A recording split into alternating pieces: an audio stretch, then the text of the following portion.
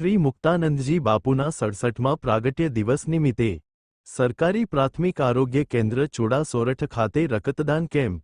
જૂનાગઢ જિલ્લાનું ભેસાણ તાલુકાનું ચુડા સોરઠ ગામ સરકારી પ્રાથમિક આરોગ્ય કેન્દ્ર ચુડા સોરઠ ખાતે રક્તદાન કેમ્પ। શ્રી મુક્તાનંદજી બાપુના 67મા પ્રાગટ્ય દિવસ નિમિત્તે સરકારી પ્રાથમિક આરોગ્ય કેન્દ્ર ચુડા સોરઠ ખાતે રક્તદાન કેમ્પ।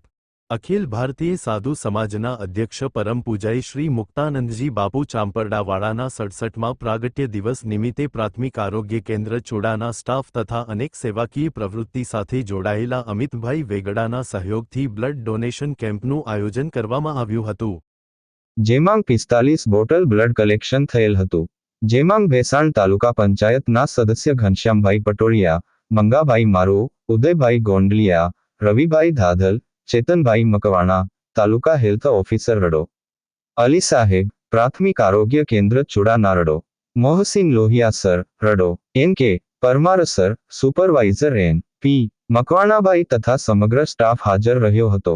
કેમ્પને સફળ બનાવવા અમિતભાઈ વેગડા અને આરોગ્ય કેન્દ્ર ચુડાના સ્ટાફે ખૂબ જ જહેમત ઉઠાવી હતી।